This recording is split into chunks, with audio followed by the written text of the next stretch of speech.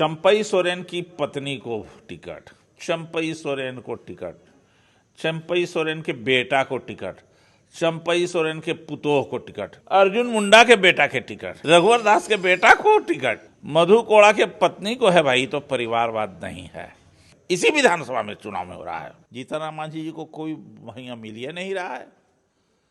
अपने हुए, समधीन हुई, बेटा हुआ, अब पुतोह भी आ गई।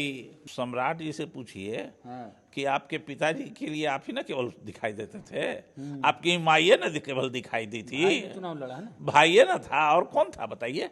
यहाँ परिवारवाद नहीं है। सब ठिकरा फोड़ेगा तेजस्वी यादव पर। बरिया के नहीं दोष गोसाई, समरथ को न दोष। वही बरिया कहते हैं हम लोग। आप स्वयं उम्मीदवार नहीं बने, या पार्टी से टिकट कट गया, या हार के डर से आप चुनाव नहीं लड़े? आर्थिक संकट थी मूल कारण, इसलिए मैं चुनाव नहीं लड़ा। तो रोशन मांझी भी तो गरीब आदमी है। एक बार लोकसभा जरूर जाऊं का चुनाव लड़ना चाहता और लोकसभा जाना चाहता हूं। उसमें पैसा कहाँ से आएगा? इमामगंज में विधानसभा का उपचुनाव है। बिहार में 4 विधानसभा क्षेत्रों में उपचुनाव है, जिसमें इमामगंज भी शामिल है। यहाँ से पहले जीतनराम मांझी विधायक थे, अब वो सांसद बन गए हैं गया से। तो अपनी पार्टी से, हम पार्टी से मांझी जी अपनी बहू को उम्मीदवार बनाए हैं, दीपा मांझी को।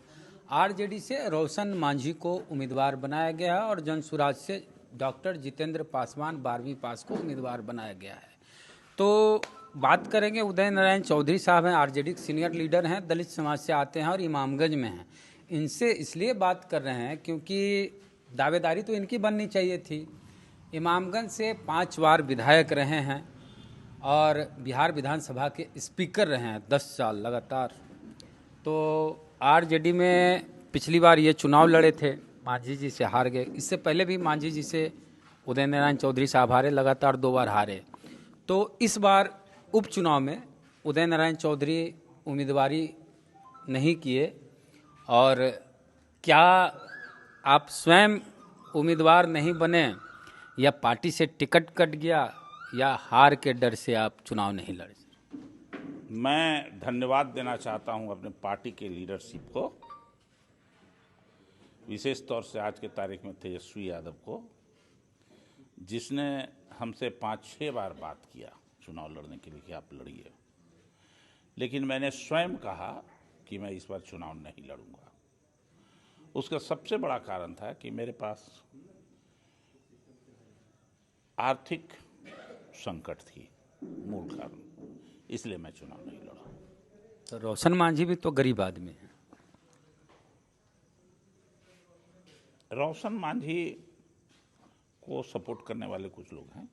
आपको भी कर सकते थे, लेकिन अपने पास भी होना चाहिए। पार्टी मदद नहीं करेगी दलित को? पार्टी क्या करेगी क्या नहीं, हम पार्टी के भरोसे केवल रहेंगे। जब चुनाव लड़ेंगे तो पार्टी चंदा लेती है, तो अपना हाथ नहीं मजबूत करके हम दूसरे के हाथ पर रखेंगे ध्यान। मतलब उदय नारायण चौधरी, मैंने स्पष्ट तौर से स्वेच्छा से छोड़ दिया है, हो गई बात खत्म। लोग टिकट के लिए क्या क्या नहीं करते हैं। अब मुझे इसका कोई शौक नहीं कि मैं विधायक बनूं। 5 बार मैं रह चुका हूं एमएलए, मुख्यमंत्री की कुर्सी को छोड़ करके बाकी सभी पदों पर रह चुका हूं मैं बिहार में। सदन में देखा जाए तो सीएम से ऊपर की कुर्सी स्पीकर की होती है। स्पीकर की होती है, और मैं रह चुका हूं 10 साल। हाँ। तो अब यहाँ रोशन मांझी को टिकट मिला। एक बात जरूर है कि मैं एक बार लोकसभा जरूर जाऊं का चुनाव लड़ना चाहता और लोकसभा जाना चाहता हूं। उसमें पैसा कहाँ से आएगा? वो देखा जाएगा समय के अनुसार। सरकार 5 साल चल जाएगी तब की लगता है आपको कि 5 साल सरकार नहीं चलेगी? चले या न चले, लड़ना है लोकसभा का चुनाव। कहाँ से सर? समय बताएगा। अच्छा, समय बताएगा। तो अभी रोशन मांझी के प्रचार में आए हुए सर, आशीर्वाद है आपका? पूरा रोशन मांझी को मैं चाहता हूं कि वो चुनाव जीत कर जाए, और इसीलिए मैं अपने सब लोगों से देखे बैठे हैं। कई गांव में मैं उस सघन अभियान चलाया हूं कि रोशन मांझी भारी मतों से जीते।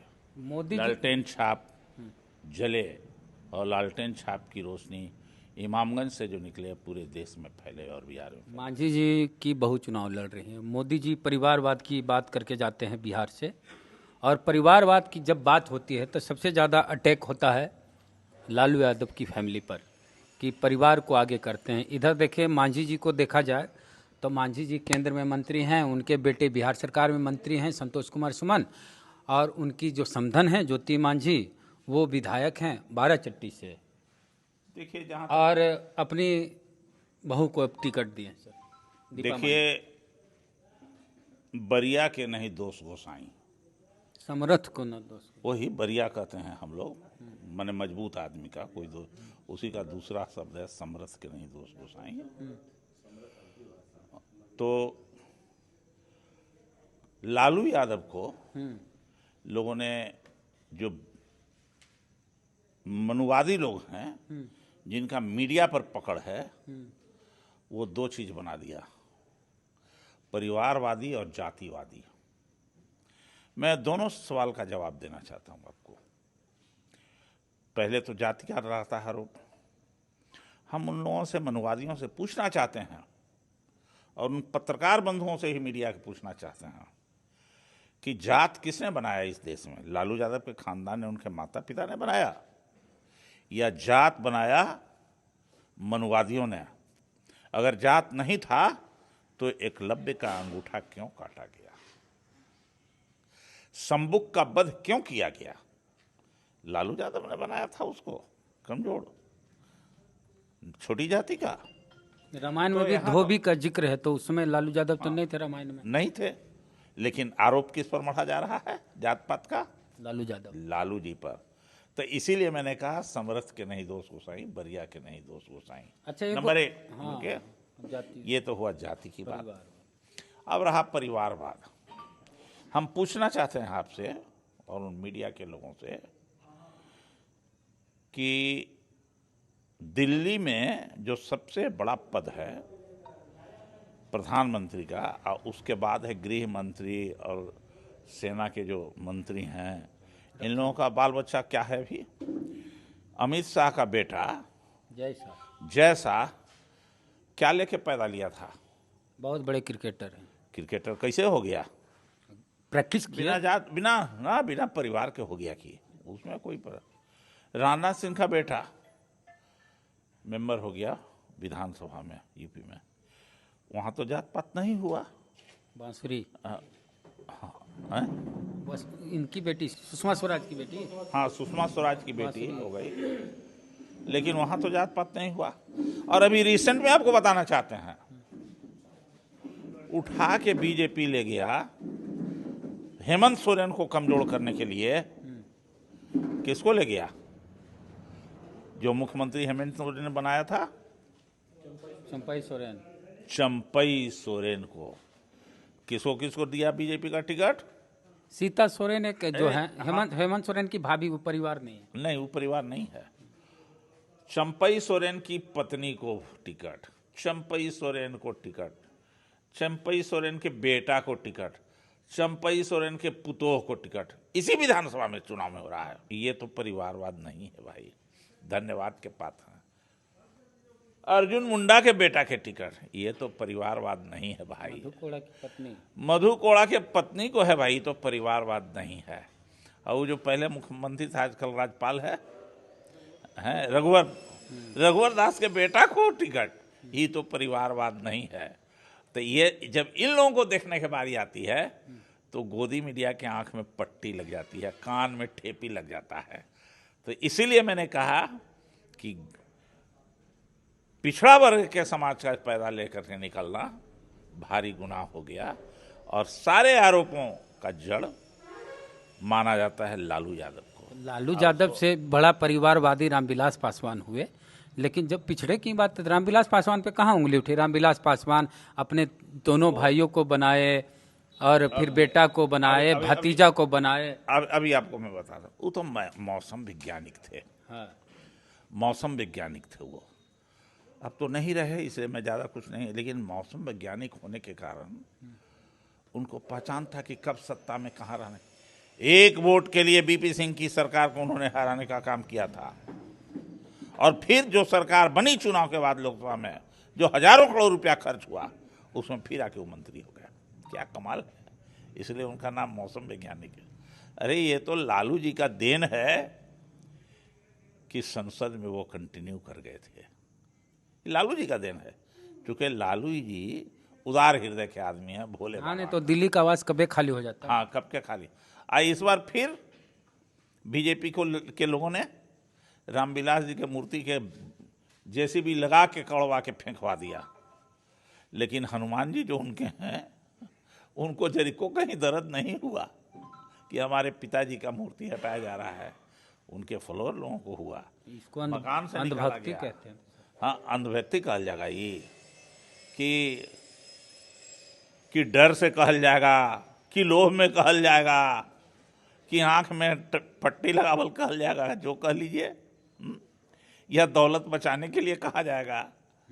और कितने बड़े वैज्ञानिक थे कि परिवार का कोई नहीं बचा। अपने भी दोनों भाई को बेटा भतीजा सबको दामाद आ गया, सबको समधी। लेकिन अभी परिवारवाद नहीं है। ये परिवारवाद नहीं है। परिवारवाद तो लालू जी का है, तेजस्वी यादव का है। अरे भाइयों, आम जनता भी इन बातों को समझने लगी है और बढ़िया से जवाब दे भी। अब वही हाल हो गया है यहाँ आदरणीय जीतन राम मांझी जी का। जीतन राम मांझी जी को कोई वहीं मिल ही नहीं रहा है। अपने हुए, समधीन हुई, बेटा हुआ, अब पुतोह भी आ गई। तो अब तो यहाँ की जनता कब तक ढोते रहेगी, देखिए। इसका जवाब तो जनते को देना है। लेकिन फिर भी परिवारवादी नहीं है। परिवारवादी तो केवल और केवल लालू जी हैं। आज प्रशांत किशोर को कितना खतरा मानते हैं? नई पार्टी बनाए हैं 2 अक्टूबर को, और यहाँ 12वीं पास डॉक्टर साहब को टिकट दिए हैं। अरे भाई, उनसे क्या खतरा रहेगा? वो तो बीजेपी के बी टीम है। बीजेपी का बी टीम है, फिर से कह रहा हूँ। और बीजेपी, चूंकि आरएसएस के लोगों ने सुना है ऐसा कि एक मीटिंग में एक निर्णय लिया है कि बिहार से जब तक जेडीयू को साफ नहीं करेंगे और आरजेडी को हाफ नहीं करेंगे, तब तक स्वतंत्र उसकी सरकार नहीं बन सकती है। सम्राट चौधरी बोले हैं ना सर, अभी लेटेस्ट बयान आया है कि लालू यादव को अपने परिवार के अलावा किसी कोई सूझता ही नहीं है। सम्राट जी से पूछिए कि आपके पिताजी के लिए आप ही ना केवल दिखाई देते थे, आपकी माइये ना केवल दिखाई दी थी। चुनाव लड़ा ना, भाइये ना था, और कौन था बताइए? वहाँ वो तो कुछ नहीं उनको दिखाई दे रहा है। 2015 के चुनाव में हाँ, हम जानते हैं। रोशन या कुछ नाम था, शकुनी बाबू को भी जानते हैं। उनकी माँ लड़ी थी, फिर इनके सम्राट जी की माँ लड़ी, फिर सम्राट जी खुद लड़े, फिर उनका भाई भी लड़ा। यहाँ परिवारवाद नहीं है। सब ठिकरा फोड़ेगा तेजस्वी यादव पर। तो इतना मजबूत है, इतना बलशाली है, जन समर्थन है कि सबको डर तेजस्वी यादव आरजेडी से लगता है। प्रशांत किशोर सबसे ज्यादा तेजस्वी के खिलाफ 9वीं पास बोलते हैं। अब वो अपने कौन पास हैं? वो प्रशांत किशोर बहुत पढ़े लिखे का माने क्या होता है? पढ़े लिखे का माने क्या होता है? कि यही कहेगा कि हम 10 साल यूएनओ में नौकरी किए हैं। कहाँ किए हैं 10 साल नौकरी यूएनओ में? तो बोलते हैं हम उनको चुनौती देते हैं। हाँ, यूएनओ में नहीं किया उन्होंने नौकरी, तो बोलते हैं। मैं बोल रहा हूं, आप चलाइए ना। प्रशांत किशोर जी पॉलिटिशियन नहीं थे, नौकरी करने वाले व्यापारी थे। व्यापारी भी नहीं कहेंगे, नौकरी करने वाले थे। तो ये तो नौकरी करने के लिए गए थे आईटी सेल का काम करने के लिए, पहले बीजेपी के मोदी जी को।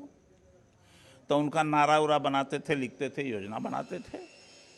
अब की बार मोदी सरकार, हाँ, ये सब उन्हीं का है। तो उस समय एक अलग एंटी इनकम्बेंसी था कांग्रेस के खिलाफ, इसलिए जीत गए।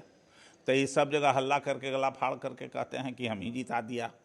अरे भाई, आप जिता दिए थे तो कांग्रेस के कहने जाके जिता दिया था? कांग्रेस की खटिया खड़ा कर दिया।